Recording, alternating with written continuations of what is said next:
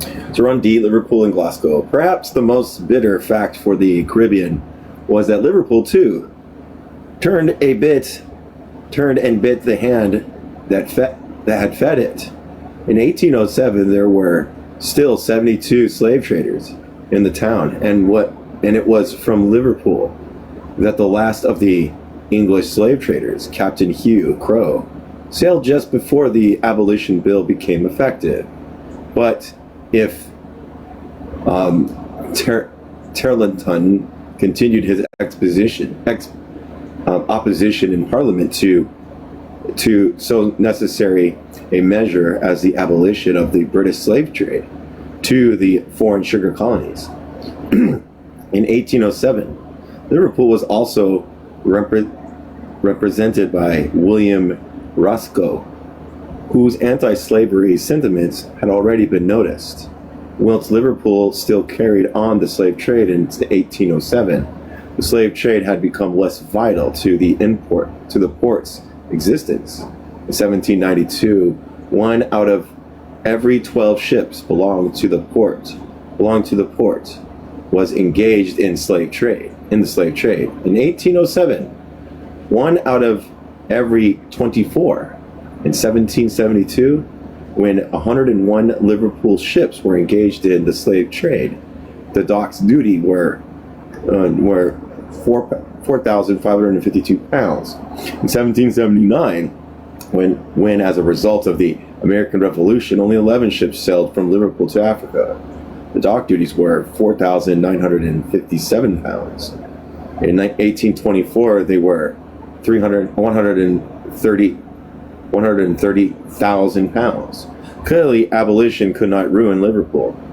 As Roscoe stated, and the inhabitants of the town were not unanimous in opposing abolition, and to those who would be affected by the measures, he held out the enticing prospect of trade with India by pleading with the abrogation of the East Indian Company monopoly would be compensation for any loss which the abolition of slave trade might inflict on British merchants. But if Liverpool turned against the slave trade, it still retained its interest in slavery. It was no longer, however, Caribbean slavery but American, no longer sugar but cotton. The American cotton trade became most important single trade of Liverpool. In 1802, half of Britain cotton imports came through Liverpool. In 1812, 2/3. In 1833, 9/10. Liverpool had built up Manchester. In the 18th century, Manchester blazed the trail in the 19th, and Liverpool trudged obediently behind.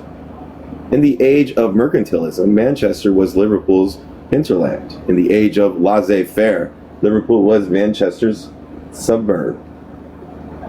Liverpool followed the free trade lead given by the cotton capital. Among its representatives, after 1807, it selected Canning and Huskinson, men who spoke the language of free trade, if in somewhat subdued tones. Exclusive privileges, said Huskinson, in 1830, were out of fashion, thereby earning the magnificent service of plate the town had bestowed on him as a testimony of her sense of benefits derived to the nation at large from the enlightened system of commercial policies brought forward by him as president of the Board of Trade. Any minister said its new representative, Ewart, in 1833, thinking of Manchester's good, who should continue to impose fetters on British commerce, deserved to be impeached. The merchants and shipowners of the town petitioned Parliament in the same year, praying that the exclusive colonial monopoly of the home market be considered. There was a powerful Brazilian association in the town, emphasizing that as a result of the Caribbean monopoly, more than 2 million of British capital were forced into other channels, giving employment to foreign shipping and paying to foreigners freight commissions and charges, to the great loss of British ownership, ship owners. The merchants and ship owners of Liverpool expressed the hope that while Parliament was legislating for the benefits of slaves in distant colonies, it would also consider the present conditions of and future welfare of the laboring population at home. In Glasgow, too, the Caribbean islands also lost another friend. The days of McDowell, the sugar heresies were over. The change can be symbolized in the vicissitude of one Glasgow family. In the 18th century, a humble citizen of the town, Richard Oswald, migrated to London. There through a fortunate marriage with the heiress of great sugar plantation, he made his fortune. He was for years a large dealer in slaves, owning his own factory on Bence Island in the mouth of the Sierra Leone River. The wealth eventually passed to James Oswald, Glasgow's first representative in the Reformed Parliament. In 1833, Oswald presented a petition bearing the signatures of many respectable men, praying for the reduction of the excessive duties levied in Brazilian sugar imports for refining. E. The sugar refinery. Refiners. Refinerers these are words. Sorry. In the 19th century, no less than in the 18th, Britain's ambition planned has to become the sugar emporium of the world, to sweeten the world's tea and coffee, as the Industrial Revolution had permitted her to clothe the world. In this world view was in conflict not only with the declining importance of indigenous production relative to world production, but also with the presented determination of the Caribbean planters to restrict their cultivation in order to maintain monopoly prices. The slave insurrection of Saint Domingue sent the prices of sugar in the European market spiraling. Prices rose by 50% between September 1788 and April 1793. The sugar refiners of England sent a petition to Parliament in 1792. They were no longer as modest as they had been 40 years before. They blamed the evils on the Caribbean monopoly, pointing to, quote, the decay of their once flourishing manufacturing. Prayed for the admission of foreign sugar in British ships at higher duties, and demanded the equalization of the duties of the East and British West Indian sugar.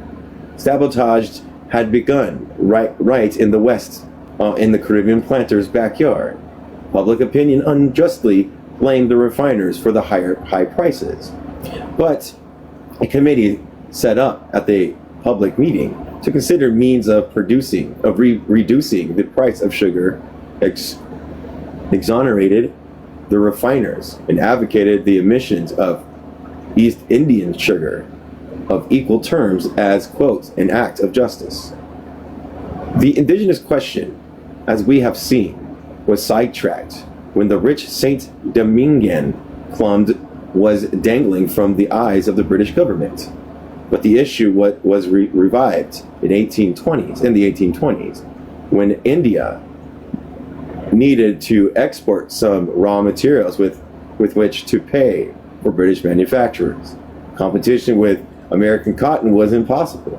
So indigenous traders, I think there are people from India, honestly, it was urged, had to choose between sugar and the sands of the Ganges. The East Indians spoke free trade, but their real aim was to share the Caribbean monopoly of the home market. Here they and the refiners parted company.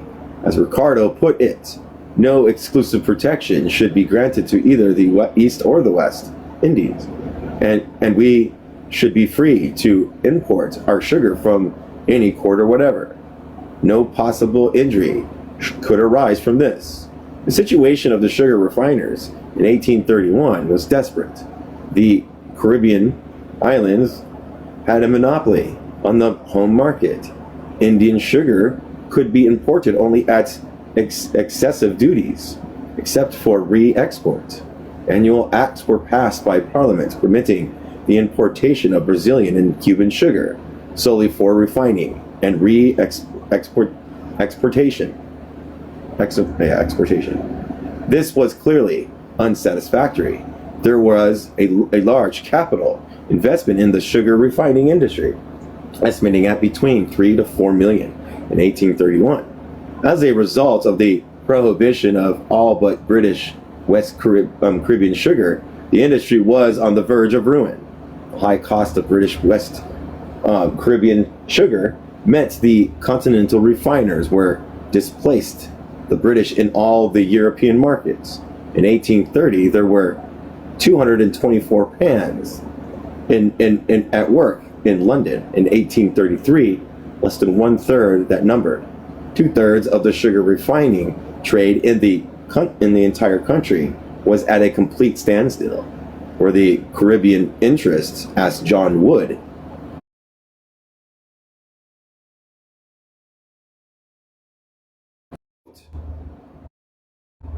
to gratify monopolists' consent to ruin our future resources? Britain, said Huskinson of the board of trade, might be made the entrepot of the sugar of the world, and might thereby give employment to her idle men and idle capital to refining that sugar for the markets of Europe. Indeed, we knew of no channel in which capital might be more beneficially employed than in sugar refining. Relief from the Caribbean monopoly was, said William Clay, for the sugar refining district of the Tower Hamlets, would be cheaply purchased by granting the Caribbean proprietors the full amount of compensation proposed. This was going too fast for the government, still dominated in 1832 by the land aristocracy, and therefore sympathetic to its colonial brethren. The government adopted a temporary compromise. In return for emancipation, the right of the Caribbean indigenous to the monopoly of the home market was confirmed, whilst the unrestricted importation of foreign sugar was permitted, but only for refining and export to Europe.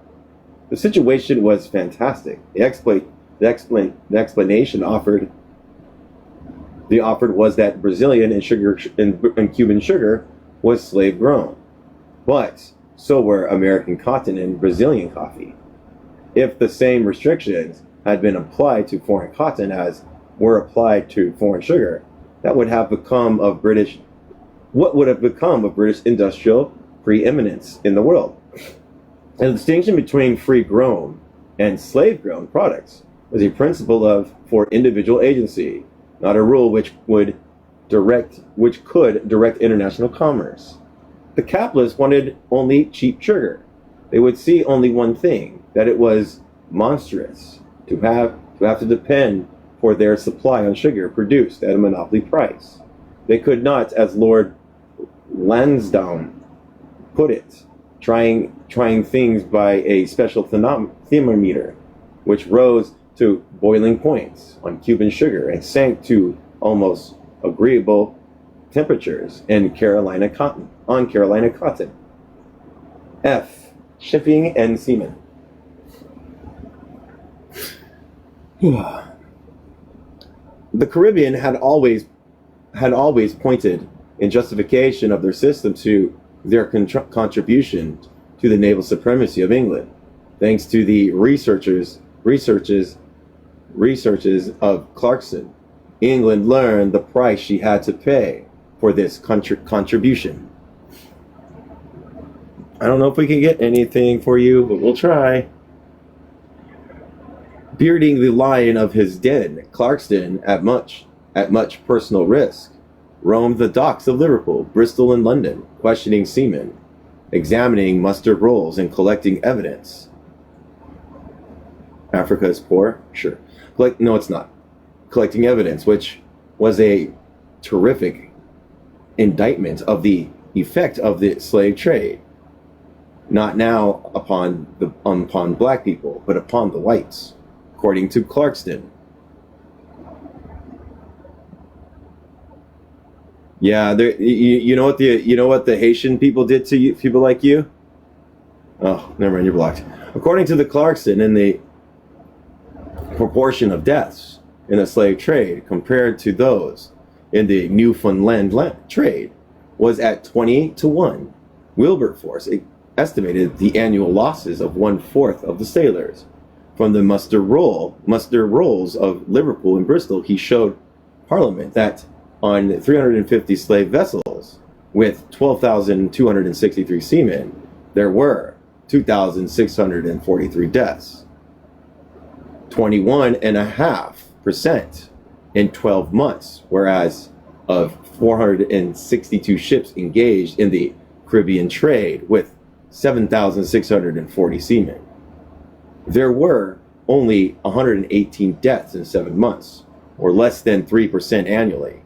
William Smith exploded the fallacy that the slave trade was responsible for introducing many landsmen to the marine. The proportion of the landsmen from the Bristol muster rolls was 1/12 of in Liverpool. It was 1/6. According to Lord Howick, the losses among seamen in the slave trade were 8 times the losses in the Caribbean trade, and the former was unique to the readiness with which men deserted it on their arrivals in the Caribbean from the king's ships. The Abolition Committee declared that the mortality in the slave trade was more than double than of all the other branches of commerce in the kingdom. John Newton, an authority of the subject, spoke of the, quote, truly alarmed loss in the slave trade. Ramsay summed it up in generally feeling, quote, it forms not but destroys seamen, and this destruction of seamen is the strong argument of the abolition of it. If we have any regard to the lives of seamen, we ought to abandon the branch of trade which dissipates the men in so unprofitable a manner. In 1807, the ship owners, so they didn't do it for black people's sake, they did it because they didn't want to lose more white people. Sorry. In 1807, the ship owners' interest in the slave trade had declined considerably.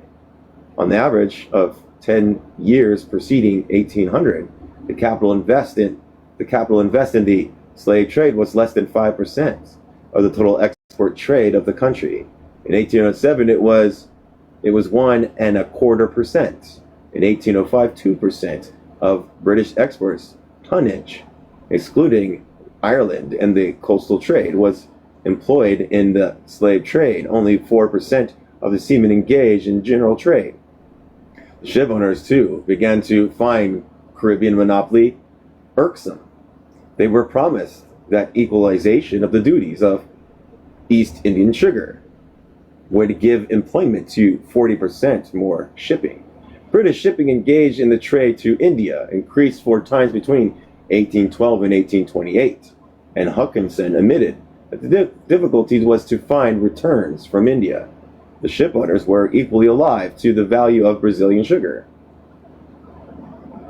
Howlett Thompson of the Board of Trade emphasized that the importation of foreign sugar for refining was most beneficial to the interests of the British ship owners. According to Ewart, such an importation would furnish freight for 120,000 tons of shipping annually from Brazil alone, while San Domingo, Spanish, Cuba, Manila, and Singapore would provide cargoes for a further 200,000 tons. Mark Phillips told the House of Pietists tales of vessels returning from Brazil empty. In 1832, 51 vessels sailed from Liverpool to Rio de Janeiro, not one which could get a return cargo home. According to William Clay, of the 4 British vessels which had sailed monthly from Liverpool to Brazil in 1832, not one had returned with a produce with which their cargoes had been purchased. The ship owners were all for free trade, but only when someone else's monopoly was involved. In 1825, the navigation law were modified. The British Caribbean were given permission to trade with every part of the world. This was the thin edge of the wedge. In 1848, the navigation laws, the very heart and core of the colonial system, were swept away by a full tide of laissez-faire as the lumber of former times. Ricardo ridiculed the roundabouts and expensive ways whereby exchanges of produce were carried on. He quoted, for instance, where American hides were taken from Marcellus to Rotterdam. Not finding a market, they were taken back to Marseille, whence they were sent to Liverpool. At Liverpool, they were seized on the ground that they were imported in a French vessel, and released only on the condition that they should be sent back to New York. The Spaniards, Ricardo continued, was not permitted by English navigation laws to take in a cargo of sugar at Cuba for delivery to the French port, where he would take in wine for England. In England, he would be met by a custom house officer who would tell him that he could not land his cargo. Why? The Spaniards would inquire. I understand you want wine. So we do. The officer would reply. Then the Spaniard would say, I will exchange my wine for your earthenware. That will not do, replies the officer. It must be bought by Frenchmen on a French ship. But the French did not want our earthenware. We cannot help that, the officer replies. We must not let you violate the navigation laws. If the Spaniards wanted earthenware, concluded Ricardo, the French sugar and the English wine, why on earth would we forbid the natural course of the transaction? The ship owners would have none of it. They had voted against the monopoly of corn, the monopoly of sugar, but would not relinquish the monopoly of shipping. Where corn and sugar were on the run, shipping could enjoy no immunity. In 1848, the navigation law were repealed. The final nail was driven into the coffin of mercantilism when Ricardo advised the advocates of the long voyage to sail their cargoes 3 times around the British Isles. Chapter 10. The commercial part of the navigation and slavery, of the notion in slavery. Capitalists had first encouraged Caribbean slavery and then helped to destroy it. When British capitalists depended on the Caribbean, they ignored slavery or defended it. When British capitalism found the West on the Caribbean monopoly a nuance, they destroyed it. They destroyed Caribbean slavery as the first step in the destruction of Caribbean monopoly.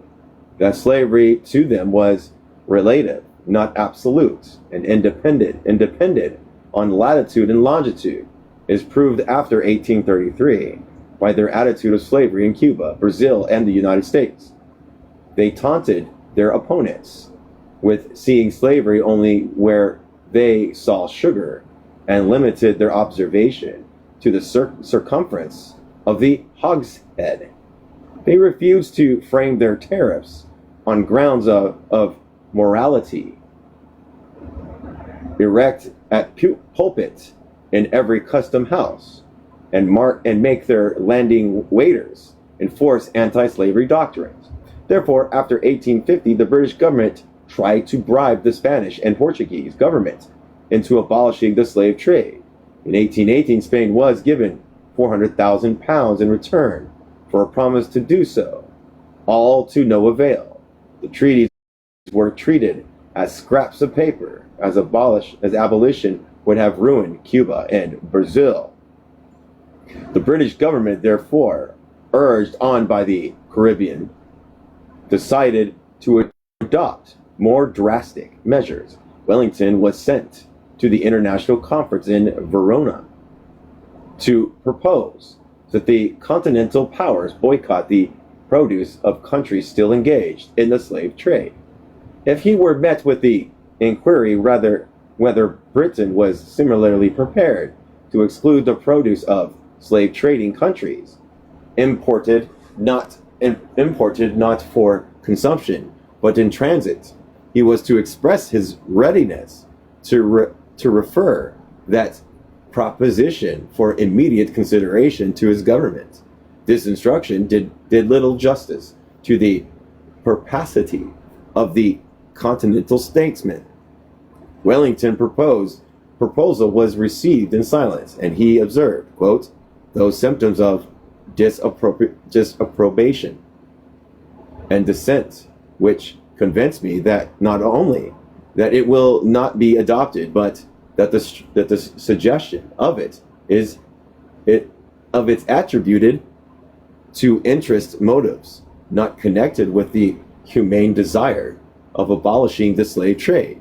As Canning reported to his cabinet, quote, the proposer refused to admit Brazilian sugar into the domains of the emperors, and the king of Prussia was met, as might be expected, with a smile which indicated on the part of the continental statesmen a suspicion that there might be something of self-interest in our suggestion for excluding the produce of rival colonies from competition with our own, and their surprise that we should consent to be the carriers of the produce, which we would fain dissuade from them from consuming. End quote. It was clearly what a member of Parliament was later to call, quote, lucrative humanity, end quote. The independence of Brazil gave Canning a better opportunity, recognition in return for abolition. But there was a danger that France would recognize Brazil on the conditions that the slave trade would continue. What then of the British carrying trade, the British exports? Quote, there are immense British interests engaged in the trade with Brazil. Canning reminded Wilberforce, quote, and we must proceed with caution and good heed, and take the commercial as well as moral feelings of the country with us. Morality or profit. Britain had to choose.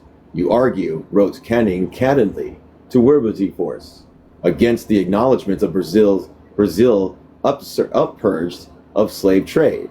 You are surprised that the Duke of Wellington has not been instructed to say what we will give up the trade with Brazil, or that is, I am afraid, the amount of giving up the import and export and re-export of the sugar and cotton.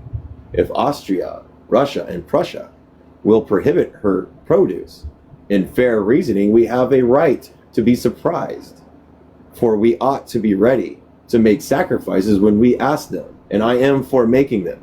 But who would dare to promise such a one of this without a full knowledge of the opinions of the commercial part of the nation? End quote. The commercial part of the nation did not leave Canning long in doubt. A bill had already been presented in Parliament in 1815 to prescribe the slave trade as an investment for British capital, borrowing of the great banking house, which was to have such intimate relations with independent Spanish American, and issued in solemn mourning, and every commercial organization in Britain would petition against it, and the House of the Lords threw it out. In 1824, 117 merchants of London petitioned for the recognition of the independence of South America. The petitioners were in a word, the City of London. The President, Vice President, and members of the Chamber of Commerce of Manchester declared that the opening of the South American market to British industry would be an event which must produce the most beneficial results to British commerce. British capitalism could no longer be content with smuggling This South American market, Brazil in particular, was based on slave labor and required the slave trade. The British capitalists therefore began a vigorous campaign against their government's policy and forcible suppression of the slave trade by stationing warships on the African coast. The policy was expensive, exceeding the annual value of the total trade with Africa. African export was 154,000 pounds in 1824, imports 118,000 pounds in British goods and 119,000 pounds in foreign. This was the great extent of commerce, said Hume, for which the country was to make such a vast sacrifice of human life on the deadly slave coast. Humanity for English sailors demanded its abandonment. If some abolitionists were suffering from a humane delusion, why should they be allowed to delude the English Parliament? The British people could not afford to become purchasers on such extravagant terms of indulgence for Africa. All this was before 1833, contemporaneous with the capitalist attack on Caribbean slavery. After 1833, the capitalists were still involved in the slave trade itself. British goods from Manchester and Liverpool, cotton, fetters, and shackles were sent directly to the coast of Africa or directly to Rio de Janeiro and Havana, where they were used by their Cuban and Brazilian consignees for the purpose of purchasing slaves. It was said that 7/10 of the goods used by Brazil for slave purchases were British manufacturers, and it was whispered that the British were reluctant to destroy the barracoons on the coast because they would thereby destroy British calicos. In 1845, Peel refused to deny the fact that British subjects were engaged in the slave trade. The Liverpool representative in Parliament questioned point blank, was not prepared to contradict the Liverpool exports in Africa or elsewhere were appropriated to, quote, some improper purpose. British banking firms in Brazil financed the slave trade and insured their cargoes, thereby earning the goodwill of their host. British mining companies owned and purchased slaves whose labor they employed in their enterprise. We must need adopt the painful conclusion, said Birmingham, with reference to Cuba and Brazilian development, that in great part at least such an ample amount of capital as was required must have belonged to rich men of this country. John Bright was well aware of the interests of his Lancashire constituents when he argued eloquently in 1843 against the bill prohibiting the employment of British capital, however directly in the slave trade,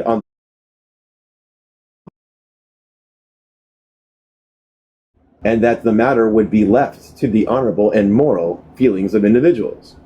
In that very year, British firms handled 3/8 of the sugar, 1/2 of the coffee, 5/8 of the cotton exports from Pernambuco, Rio de Janeiro, and Bahia. The capitalists had had enough of British noble experiment. Commerce was the great emancipator. The only way to put down slavery was to trust to the internal and just principles of free trade. Leave the slave trade alone. It would commit suicide. If the miscreants of any nation choose to engage in it, their guilt be upon their own heads. Leave to the higher tribunal the moral government of the world. The money expended in fruitless efforts to suppress the slave trade could be more beneficially and philosophically employed at home. Bright concretized as audacity in the idea that justice to Africa should be done at the expense of injustice to England.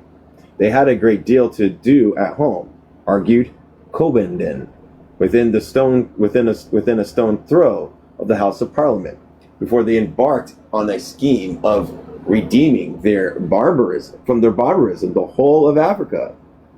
The activities of the British squadron on the African coast were described as buccaneering expeditions, which weeded England annually of her best and bravest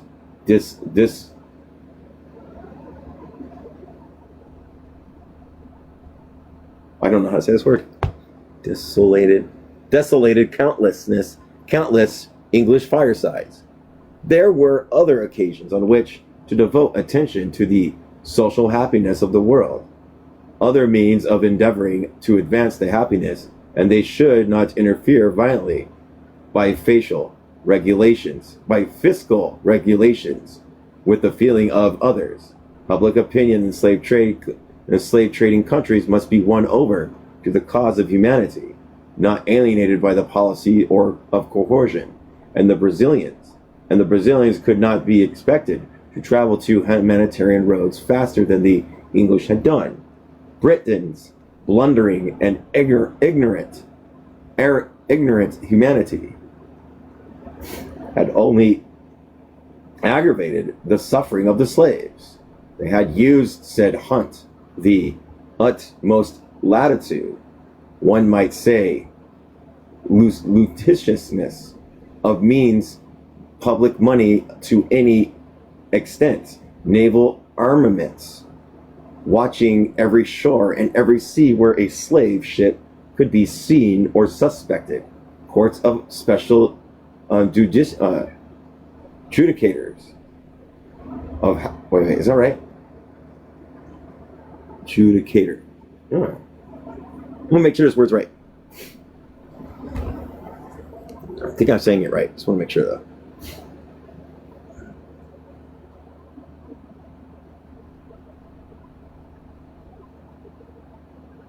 Just want to make sure I'm saying it right. That's all I want to do. Judicature. Yeah. In half of the, intertropical regions of the globe, diplomatic influence and agency such perhaps as this country never before concentrated on any public object. Despite all this, the slave trade had increased. It was a wild crusade, and not all the forces of the British Navy, not all the resources of the British Treasury could suppress it. They had not laboring for 30 years, and not even a wild person would entertain any optimistic illusions about their future success. Had the British government surrendered its reason to philanthropy, had it prostituted its diplomacy to the purposes of an unreasonable I gotta look at this word too. Fantastism. I'm thinking I'm saying it right. I just want to hear it. Fantastic. There it is. Fanaticism. Yep. It was curious to see the administration not distinguished from devotion to constitutional liberties at home, assuming that a distant of barbarous people had more claims on their consciousness than their own countrymen. The nation were disgusted with this philanthropic cant,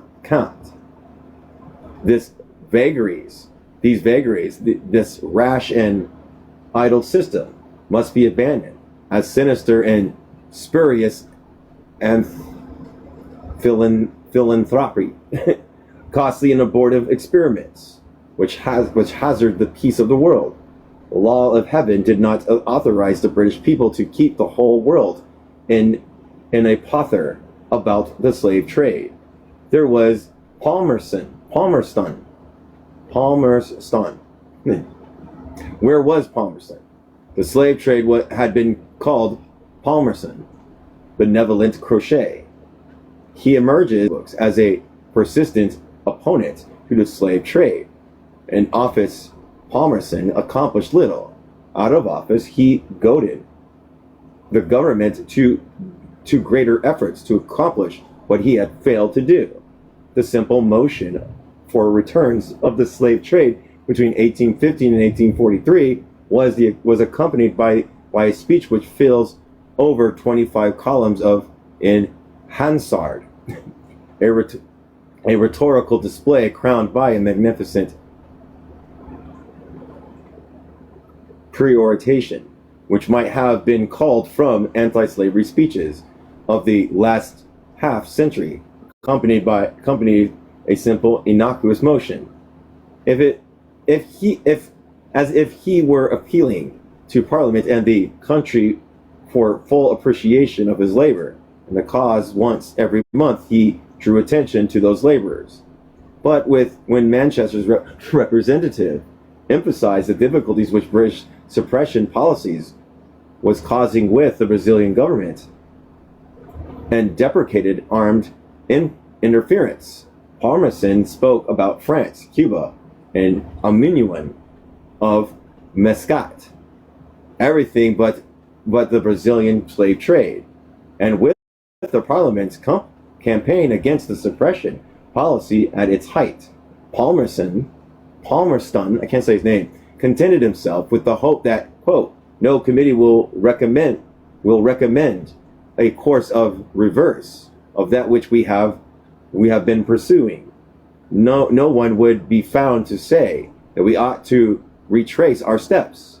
They had given proof, he thought, of their zeal for the suppression of the slave trade, and if they prohibited the exportation of Brazilian sugar, Brazil would think that they did not really believe that free labor was cheaper than slave. In urging the Spanish claim to reciprocity, he warned that they would lose their trade with Spain, Cuba as they were losing it with Brazil, all because of the absurd tariffs and mischievous policies of the government. They have sacrificed the commercial interests of the country in Brazilian trade, in the Spanish trade, and I fear also in other quarters about to follow, and all for the purpose of maintaining a favorite crochet based upon hypocritical pretenses. The, quote, last candle of the 19th century had been snuffed out. Desarrollo, too, condemned the suppression of the slave trade on the grounds of economy and as questionable policies which involved Britain in difficulties in every court and in every colony. Wellington called it a criminal, a breach of the law of nations, a breach of treaties. Even Gladstone was forced to choose between the needs of the British capitalists and the needs of the Caribbean planters.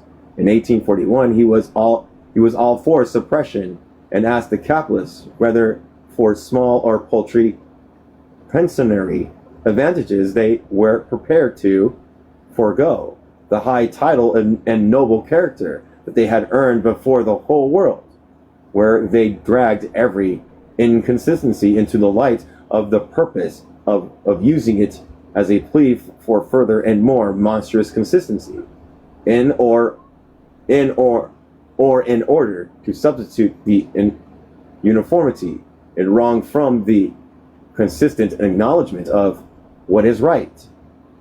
In 1850, however, he condemned the policy of suppression, the anomalous and preposterous.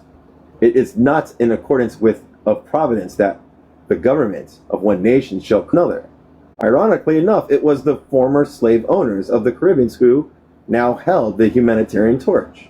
Those who, in 1807, were laboriously prophesizing that abolition of the British slave trade would occasion commerce, diminish revenue, and diminish navigation in sap, and totally remove the great cornerstone of British prosperity. Where, after 1807, the very men who protest against a system of man stealing against a poor and inoffense people, Birmingham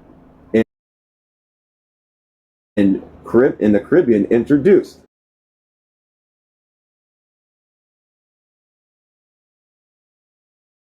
the Bill of 1815 to make panel and employment of British capital interests in 1830 to meet the increasing distress of the colonies was a resolution to adopt more decisive measures than any that have hitherto been employed to stop foreign slave trade, on the effectual suppression of which the prosperity of the British Caribbean colonies ultimately depends.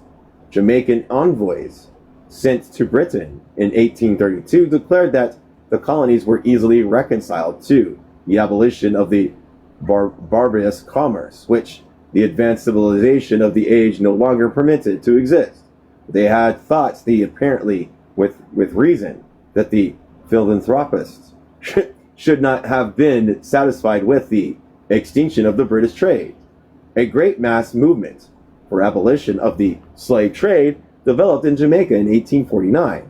All class, color, parties, and sects were united on the question of justice to Africa, and denounced the slave trade and slavery as opposed to humanity, productive of the worst evils to Africa, degrading to all engaged in the traffic, and inimical to the moral and spiritual interests of the enslaved, and pleaded that the odious term slave be plunged from the vocabulary of the universe. Slavery must fall, and when it falls, Jamaica will flourish. England, they declared pointedly, had gone to war for less justifiable reasons. The British capitalists, however, remained unimpressed. In 1857, the editorial in the London Times declared, we know that for all mercantile purposes, England is one of the states, and that in effect we are partners with the southern planters. We hold a bill of sale over his goods and chattel, his live and dead stock, and takes a lion's share of the profits of slavery. We feet Mr. Stowaway cry over her book, anti-slavery president. But all this time we are clothing not only ourselves, but all of the world besides, with the very cotton picked and cleaned up. I can't say Uncle you know what, and his fellow sufferers. It is our trade. It is the great staple of British industry. We are Mr. Legree's agents for the manufacturing and sales of his cotton crops. British capitalism had destroyed Caribbean slavery, but it continued to thrive on Brazilian, Cuban, and American slavery. But Caribbean monopoly had gone forever. In the Civil War, the British government nearly recognized the Confederacy. By a supreme irony, it was left for the Caribbean Gladstone to remind an audience in Newcastle that the American Civil War had, quote, perhaps become the most purposeless of all great civil wars that have ever been waged, and that there is no doubt that Jefferson Davis and other leaders of the South have made an army. They are making, it appears, a navy, and they have made what was more than either. They have made a nation. Ooh, interesting. I don't know who traveling is. You know. All right, let's go back. Chapter 11, The Saints in Slavery. This study has deliberately subordinated the humanity of the slave system and the humanitarianism which destroyed that system. To disregard it completely, however, would be to commit a grave historical error, and to ignore one of the greatest propaganda movements of all times. The humanitarians were the spearhead of the onslaught which destroyed the Caribbean system and freed black people. But their importance had been seriously misunderstood and grossly exaggerated by men who have sacrificed scholarship to sentimentality, and, like the scholastics of old, placed faith before reason and evidence. Professor Copeland, in the imaginary interview with Wilberforce asked him, "What do you think, sir, is the primary significance of your work, the lesson of the abolition of the slave system?" The instant answer is, it was God's work. It signified the triumph of his will over human selfishness. It teaches obstacle of interest or prejudice is irremovable by the faith of prayer. This misunderstanding springs in part from the deliberate attempt by contemporaries to present and distort views of the abolitionist movement. When the slave trade was abolished in 1807, the bill included a phrase to the effect that the trade was, quote, contrary to the principle of justice, humanity, and sound policy. Lord Hawkesbury objected. In his opinion, the words justice and humanity reflect on the slave traders. We therefore move an amendment including those words. In so doing, he confined the necessity of abolition solely on expediency. The Lord Chancellor protested. The amendment would take away the only grounds on which the other powers could be asked to cooperate in abolition. The Earl of Lenderdale declared that the words omitted were the most essential in the bill. The omission would lead color to suspicion in France and British abolition, as dictated by the selfish motive of her colonies were well stocked with black people.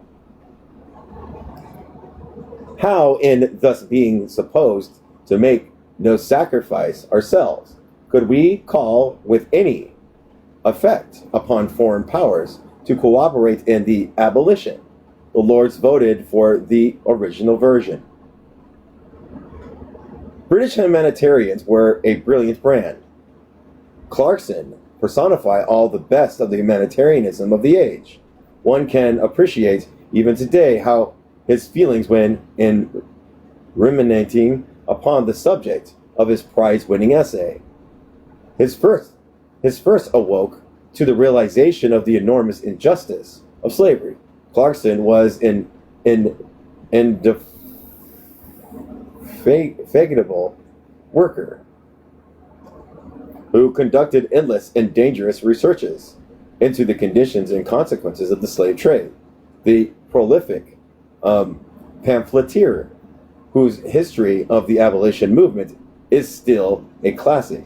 His laborers in the cause of justice to Africa were accomplished only at the cost of much personal discomfort, and imposed a severe strain of his scanty resources.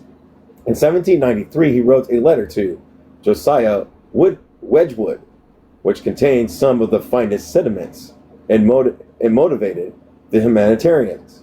He needed money and wished to sell 2 of his shares in the Sierra Leone Company, founded in 1791, to promote legitimate commerce with Africa. But he pointed out, I should not trust to permit anyone to become a purchaser who would not be better pleased with a good result to Africa than from great commercial profits to himself.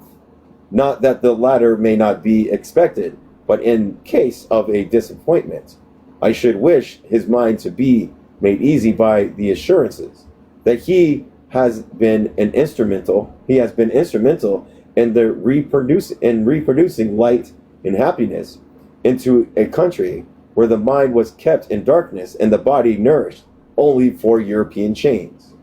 To the impetus and enthusiastic for some of his colleagues, Clarkson was one of those friends of whom the black race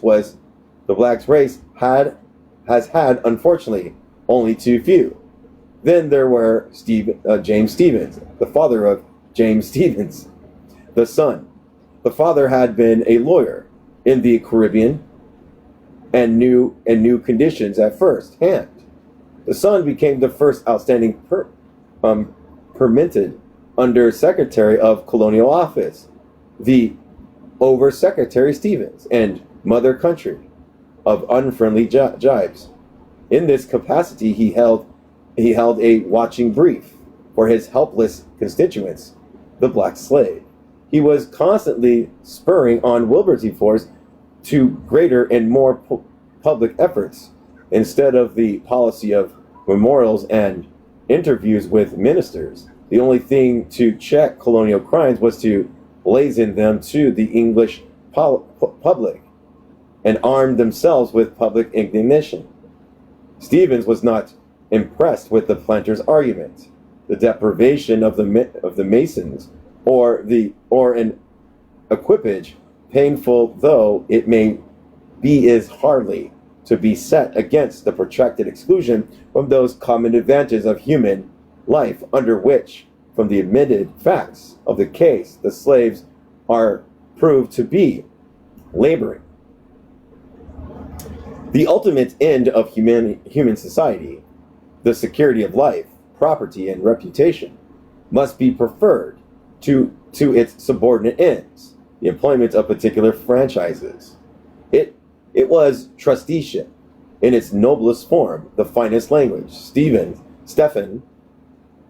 drafted the Emancipation Bill, which included concessions he was loath to make to the planters, where the others sat back and congratulated themselves. Parliament Under Secretary continued to watch colonial legislations with jealousy and distrust. Popular franchises in the hands of the masters of the great body of slaves, he wrote in 1841, were the worst instrument of tyranny which were ever yet forged for the oppression of mankind. In those days, and under such the administrator, crown colony government was notable step in the protection of weaker peoples. Communism, General Chicken, Inglewood. Okay, sure. Well, the earliest, ablest, and most diligent of the abolitionists was James Ramsay, who, as a rector in the Caribbean, had some 20 years experience of slavery. The only use, he wrote to Wilberson in 1787, I can be of any the business, is as a pioneer to remove obstacles. Use me in this way, and I shall be happy. He knew from experience the heavy mortality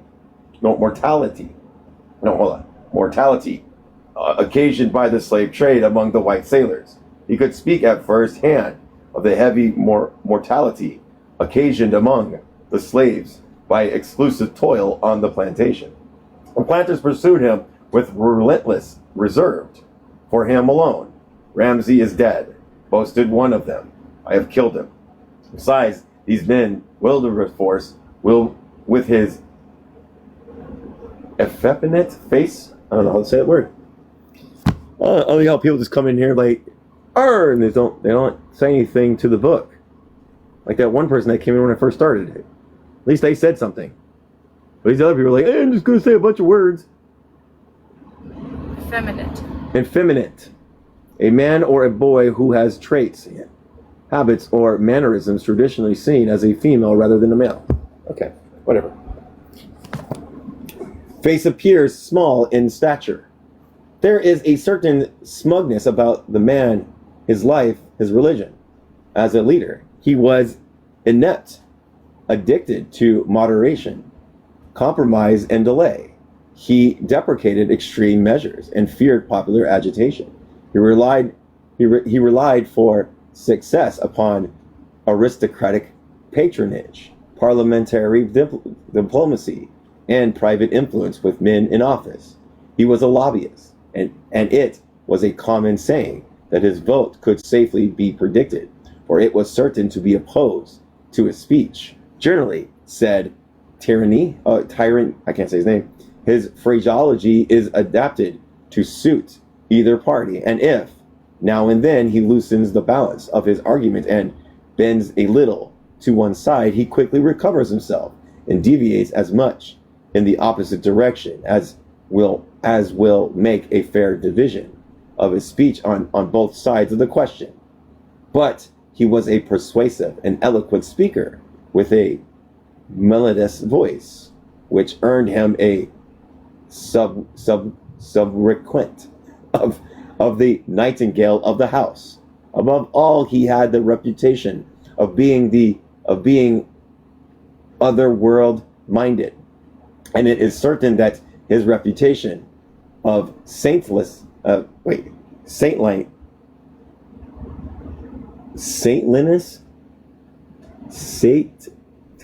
my gosh, I need some water. Oh, I don't have water.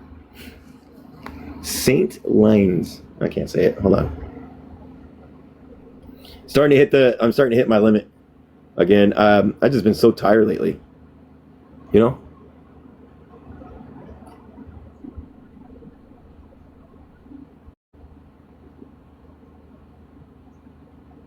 Oh, I need the L, that's why.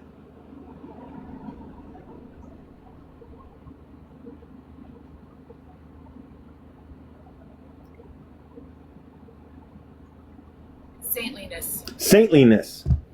It is disinterestedness in the cause were powerful factors in Pitt's prodding that he should lead the parliamentary crusade. These were the men whom the planters called visionaries and fanatics, and likened to the hyenas and tigers, with the aid of the others, Melancholy, Wesley, Thornton, and Burham were successful in raising anti-slavery sentiments, almost to the status of religion in England. And these religious reformers, who made Clapham into more than a railway junction, were not inappropriately nicknamed the Saints. The very emotionalism which such a phenomenon arose called for great caution on the part of the students of the social sciences. For if so many have held slavery falls into the realm of theology, monopoly most emphatically does not. Hold on a second. Looking for another stopping point. Okay, I found it. The abolitionists were not radicals. In their attitude to domesticate problems, they were reactionary. The Methodists offered the church worker Bibles instead of bread, and Wesleyan capitalists prohibited open contempt for the working class. Wilberforce was familiar with all that went on in the hold of the slave ships, but ignored what went on at the bottom of the main shaft. He supported the Corn Laws, was a member of the secret committee which investigated and repressed working class discontent in 1817, opposed famine anti-slavery association, and thought the first reform bills too radical.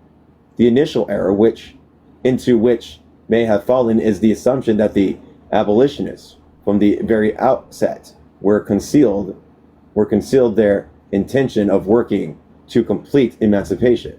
The abolitionists for a long time eschewed and repeatedly disowned any ideal of emancipation. Their interest was solely in the slave trade. Those abolition they thought would eventually lead without legislative interferences into freedom. On 3 occasions, the Abolition Committee explicitly denied the intentions of emancipating the slaves. Wilberforce in 1807 publicly disowned such intentions. The British of Rochester asserted that the abolitionists proceed upon no visionary notions, the equality of imprescriptible rights of men, and strenuously upheld the gradation of civil society. In 1815, African institutions stated clearly that it looked for emancipation for the slave owners. It was not until 1823 that the emancipation became the avowed aim of the abolitionists. The chief reason was the persecution of the missionaries in the colonies, the death of Smith in Guyana, the explosion of Shrewsbury in Barbados, the persecution of Nib in Jamaica. Even then, emancipation was to be gradual. Nothing rushed, warned Buxton. Nothing rapid, nothing abrupt, nothing bearing any feature of violence. Above all, Capitalism slavery would never be abolished. It will subside. It will decline. It will expire. It will as it were burn itself down into its socket and go out.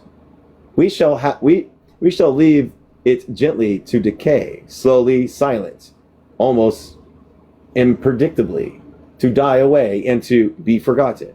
As in the United States, slavery was to wither away. The hope was not realized in England either, though the Caribbean were too weak and few to fight a civil war.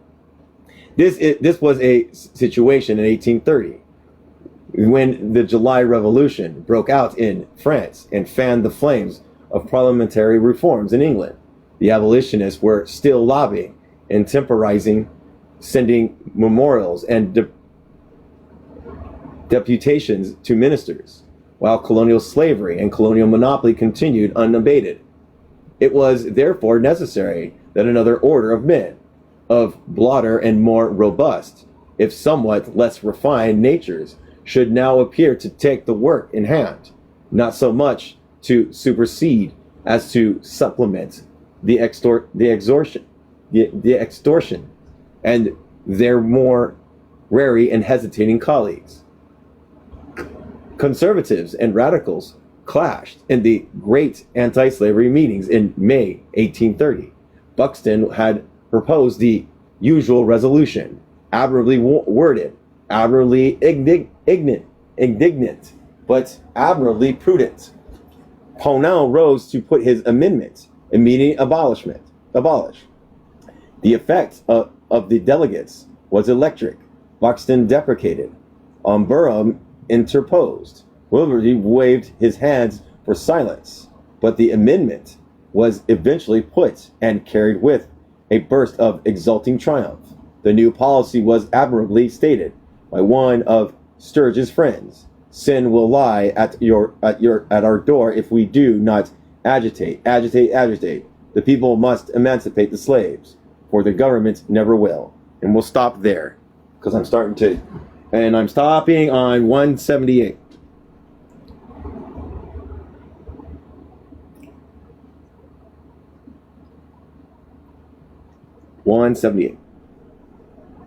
And of course, the abolitionists are a bunch of assholes. They're not doing it for the slaves. They're doing it for their own benefits and interests. Same story, different people. Same story, different people. That's all that is. Same story, different people. Oh, Linda's not here. Okay, I thought someone was trying to go in. But anyways, depending on how tired I am, this cat's got me in changing my everything. I'm like busy with this little kitten, making sure he grows up good.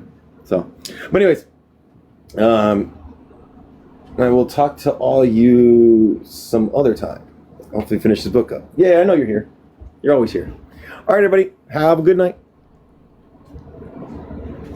Oh, what? I said the page number, I thought. I already said it. 178. 178. Make sure. I'm gonna have to go back into it. Yeah, 178.